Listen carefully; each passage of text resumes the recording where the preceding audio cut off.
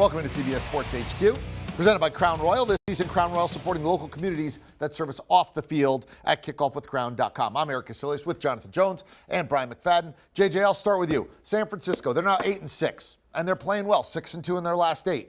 The defense is okay. It's not the defense that went to the Super Bowl. They alternate running backs. They don't have a number one receiver. George Kittle was injured, but now he's playing well, but he wasn't the star today. Jimmy Garoppolo's been a caretaker. I mean, I know they got the guy with the flat brim hat on the sideline, but what's the identity of this team? Good enough is really, I think, what the identity is. They have, when you look at the defense, no, it's not the defense that went to the Super Bowl, but they, coming into today, they were the 9th best against, or on third down. They were 14th best in red zone percentage. And, you know, they're just taking care of the football when they win football games. Now, the Seattle had San Francisco's number a couple of weeks ago. They always do, but outside really of that game, the Niners have looked good. And you mentioned Jimmy Garoppolo, a bit of a game manager, but in the final 4 minutes of halves, at the end of the first half, into the second half, he has been money, and he didn't really need it today against the Atlanta Falcons. But go back to last week against the Cincinnati Bengals and how he drove them down the field for the game-winning kick there in the fourth quarter. Robbie Gould missed that kick. Didn't matter. In overtime, he was able to lead them to the touchdown thanks to George Kittle, of course. And so he has been money when it has mattered. And frankly, let's not forget, they traded up to go get Trey Lance, the quarterback of the future. Yeah.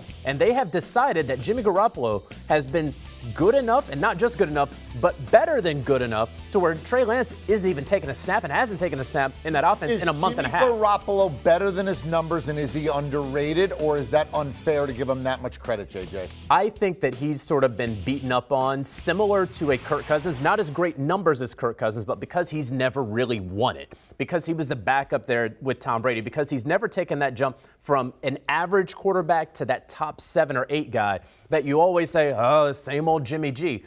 There are a number of teams, 16 teams probably, that would kill to have a Jimmy Garoppolo instead of the quarterback that they're having to play right now. Yeah, and there are a lot of teams that would like to have gone to a Super Bowl, and Jimmy G has. And again, remember, he's up 10 in the fourth quarter of the Super Bowl, right? With the defense that's supposed to be shutting people down and winning this thing and closing the deal, and he throws it to Emmanuel Sanders in a way that they didn't win that Super Bowl, but it wasn't because Jimmy G wasn't good enough.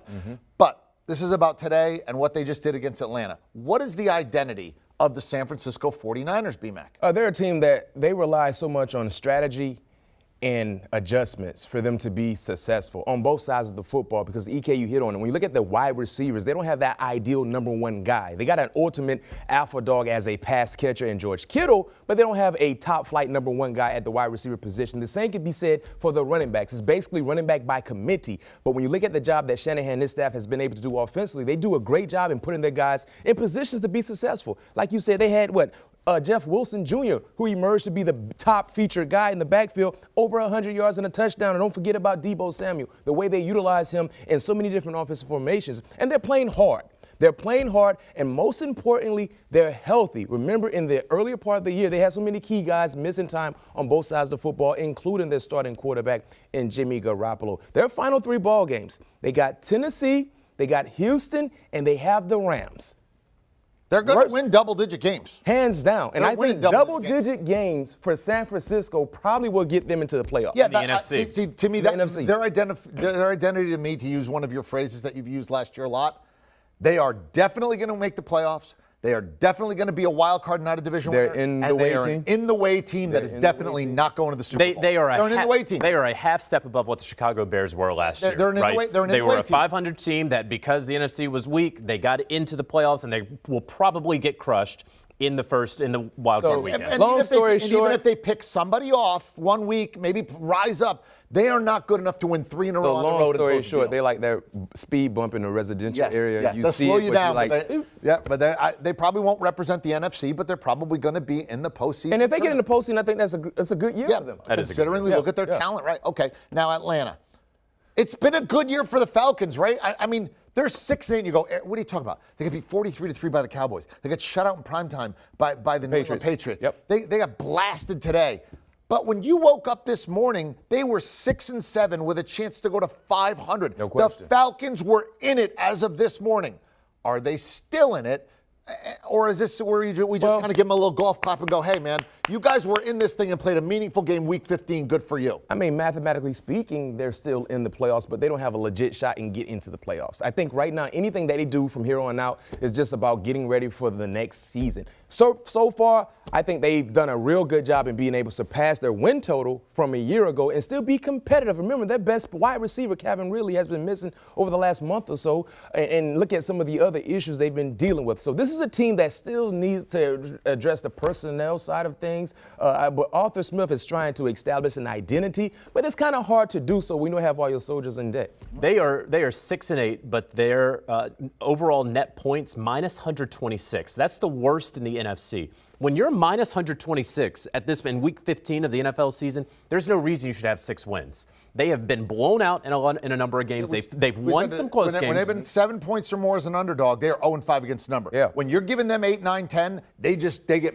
obliterated. They do. They beat the bad teams. They lose to the good teams, right? And they have a couple of surprises in there. But I will say this. This is a team that you mentioned Calvin Ridley, who hasn't been there due to personal reasons. They don't have a running back. They converted Cordero Patterson into a running back. You can't – any person out there watching who's not a Falcons fan can't really name more than 3 defensive players on that team. They have a first-year head coach. They have a first-year GM. They have a quarterback that a whole lot of people don't believe in, but every single year, is achieves a little bit more than what you are expecting. The fact that they have 6 wins in line to get 7, maybe 8, I think that is a huge, huge victory for the Atlanta Falcons and their fan base in 2021. Yeah, look, I mean, that's and again, sometimes teams start 1-8 and then they win a couple games sneaky late when no one's looking to make it look good. No, the Atlanta Falcons played a hugely meaningful game in Week 15 today. They didn't win, but the fact that in Week 15 they are playing a meaningful game, that has to be considered a good season if you're an Atlanta Falcon fan. Straight ahead, is it going to be a great season if you're a Cincinnati Bengal fan? We'll tell you why that might be the case. Straight ahead. Do you want a sports network that delivers everything that matters about the game? The highlights, the picks, the instant analysis, no yelling, no fake debates, no politics. Hit the subscribe button and never miss a moment.